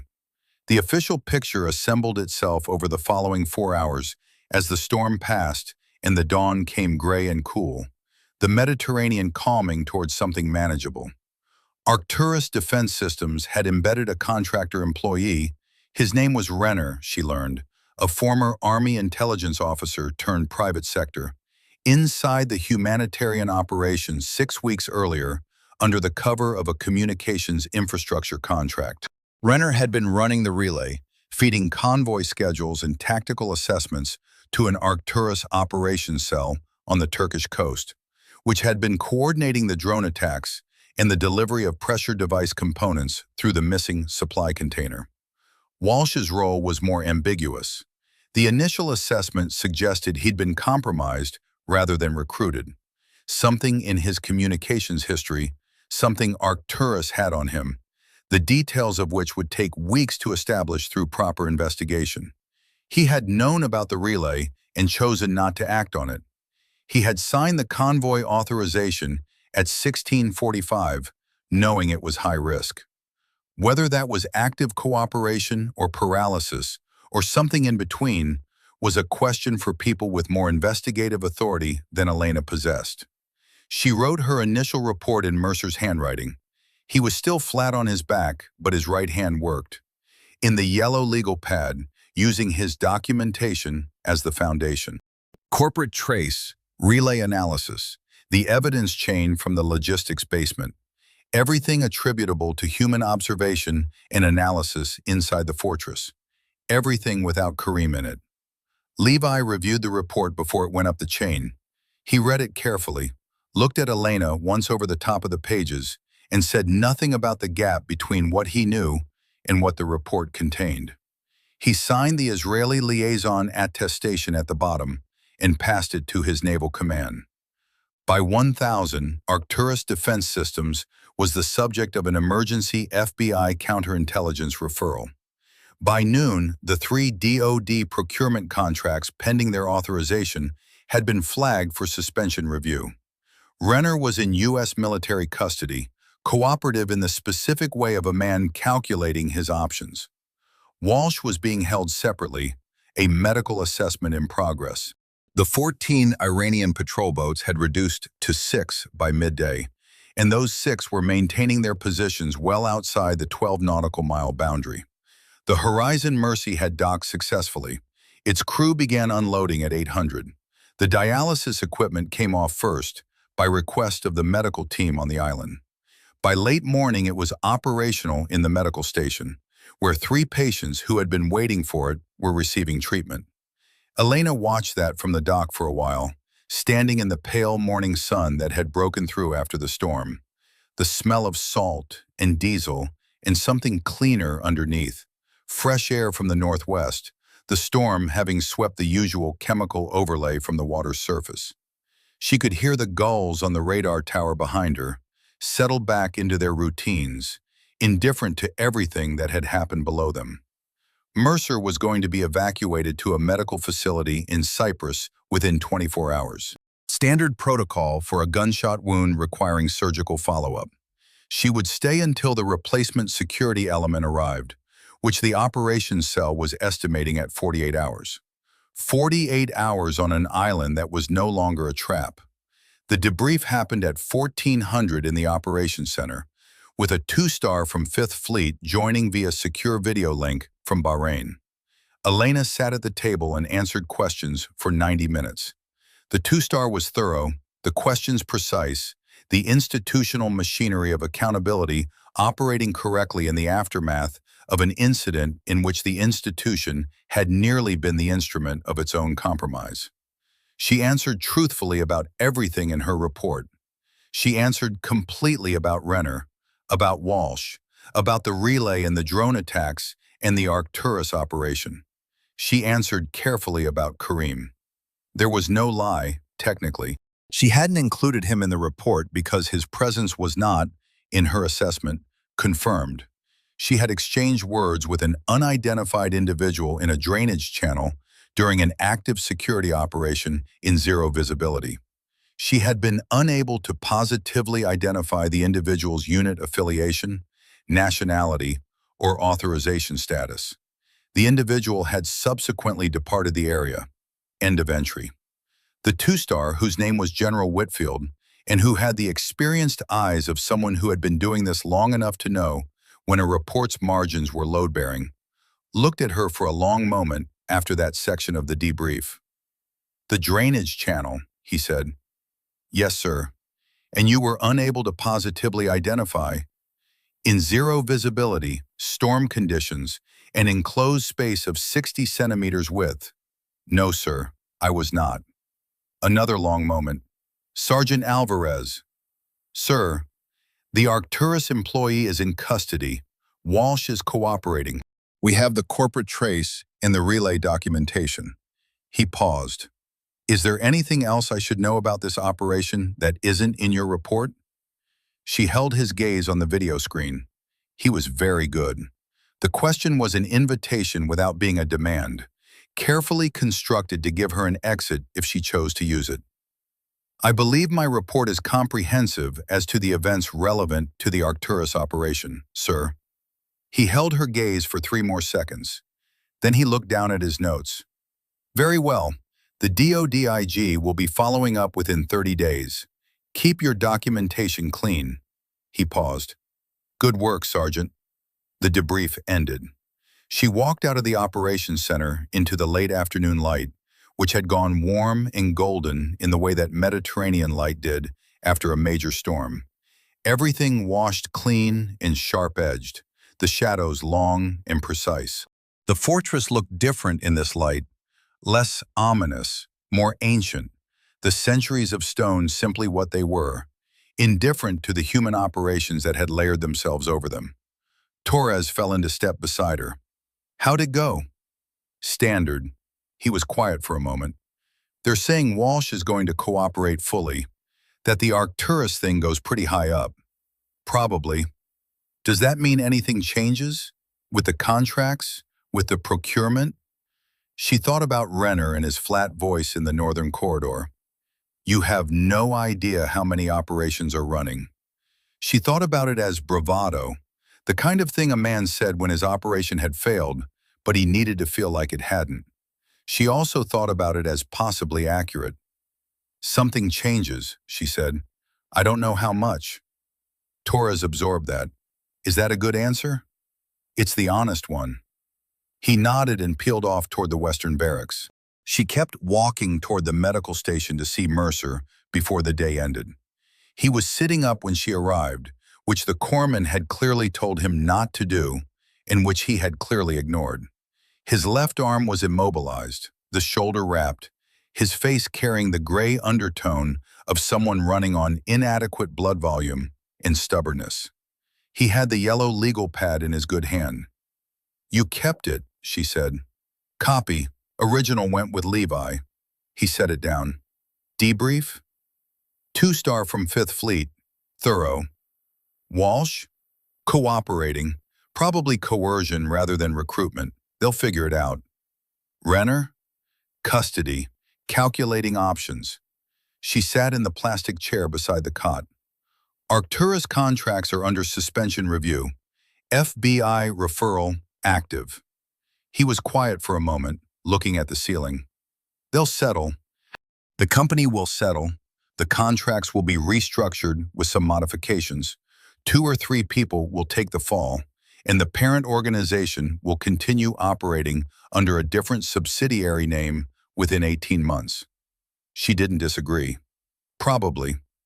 And the next operation, he paused, whatever comes next. Yeah, he looked at her. Did you find the other one? She met his gaze. There was an unidentified individual in the drainage channel during the Northern Corridor action. 0 visibility, unable to positively confirm identity or affiliation. Mercer held her gaze for a long time. The medical station was quiet around them, the background hum of the newly operational dialysis equipment audible through the wall, a sound that meant something was working now that hadn't been working before. Huh, he said finally. The single syllable carried the weight of everything he'd understood and chosen not to press on. How long until they let you move? She asked. 24 hours. Cyprus. Then Germany, probably for the surgical follow-up. He paused. You'll be here another 48. Yes. Keep your angles clean. He said it the way he said most things. Simply, directly. The information carrying its own weight without embellishment. Always. She stood. He caught her wrist again with his good hand, the same grip as before, still stronger than it had any right to be. The thing about islands, he said, they're traps. They're traps, but, he paused, sometimes what they trap is the thing that was trying to trap you. He released her wrist. Get some sleep. She went back out into the evening. 3 days later, she was on a C-17 out of a forward operating base in Cyprus, heading toward a staging area in Italy, and then home, or somewhere that counted as home. The Mediterranean below her, a flat blue expanse that showed nothing of what had happened on the small limestone island somewhere in its eastern reaches. She had the yellow legal pad. Mercer's copy, which he'd pressed into her hand at the Cyprus medical facility, with the instruction to keep it somewhere it couldn't be administratively lost. She'd read through it twice on the flight, the corporate trace, the relay analysis, the manifests, a careful record of what had happened and why, in the handwriting of a man who had learned that the only things that survived the institutional machinery of cover-up were the things that existed in forms the machinery couldn't easily reach. She looked out the window at the blue nothing below. 3 things were unresolved, and would stay unresolved. Walsh's full role, whether the investigation would reach what was actually behind his choices, or whether it would stop at a level that protected whatever had made him vulnerable to Arcturus in the first place. The scope of the operation beyond the island, Renner's claim that other operations were running, which she believed because it was the kind of thing that didn't start as a single instance. And Kareem, who he was exactly, who had sent him, what the arrangement was between the people who had sent him and the people who didn't know they had been served by that arrangement. She didn't expect resolution on any of them. That was the part of this work that had taken her the longest to make peace with. In the training pipeline, everything had structure. A problem presented, a solution executed, a result confirmed. In theater, the loop almost never closed. You executed your part of it and passed off to the next element, and rarely found out what happened at the end of the chain. The best you could hope for was that your part had been done correctly, that the people downstream had what they needed, that the aggregate effect of many correctly executed parts was something better than what would have happened otherwise. She'd put dialysis equipment on a dock. She'd gotten Mercer's evidence to a channel it could survive. She'd kept a manufactured escalation from becoming a real one. For tonight, in this location, for this confluence of factors. The next location and the next confluence were already forming somewhere, probably involving people she'd never meet and decisions she'd never know about. It was enough. It had to be enough because it was what there was. She opened the legal pad to a clean page. Standard practice. Document everything while it was fresh, before the official record calcified into the version that was easiest to maintain. She wrote in her own handwriting now, not Mercer's, the details she hadn't included in the official report. Karim, the drainage channel, the radio contact during scene 16, the 8 weeks of patient evidence laying, the Iranian patrol boat that had turned north first, before any official communication had reached it, as if someone had passed a message through a channel that existed outside the official architecture of the conflict. She wrote it all down, sealed it in an envelope, addressed it to herself, care of a post office box in Albuquerque that Mercer had set up years ago and maintained as a dead drop for exactly this kind of documentation. Mailed it from the Cyprus base before boarding. Whatever came next, the record existed. 2 weeks after Fortress Kessara, sitting in a transit barracks at Camp Pendleton, waiting for her next assignment, she opened the news on her phone. The headline was brief. An IRGC proxy commander had been killed in a targeted airstrike in the eastern Mediterranean. The report attributed the strike to Israeli intelligence. The commander was identified by a name she didn't know and a photograph she'd never seen. Below the headline, a subheading, Iranian naval spokesperson confirms death, calls it assassination of legitimate military officer. She looked at the photograph for a long time. She didn't know if it was true. She didn't know if the man in the photograph was the person she'd spoken to in a drainage channel in a storm, or someone else entirely, or someone who had never existed in the form she'd known him. She didn't know if Karim was a name or a cover or a piece of a larger architecture she'd only seen one corner of. What she knew was that the photograph showed a man in his mid-40s with a lean face and the particular stillness in the eyes that she recognized. She set the phone down, picked it up again, read the article fully. No details about method or location. No mention of a Mediterranean island or a humanitarian operation or a U.S. defense contractor under FBI investigation. The official narrative was clean and contained. A targeted elimination of a proxy threat. No complications. No loose ends. She set the phone down again, picked up Mercer's yellow legal pad, turned to the page where she'd written Karim's name in her own handwriting 2 weeks earlier, sat with it for a long time. Then she wrote 2 words beneath his name, unable to confirm. She capped the pen and looked out the window at the California light, which was flat and dry and nothing like the Mediterranean, and thought about what it meant to do your part correctly in a chain where you never saw the end. It was enough. It had to be enough.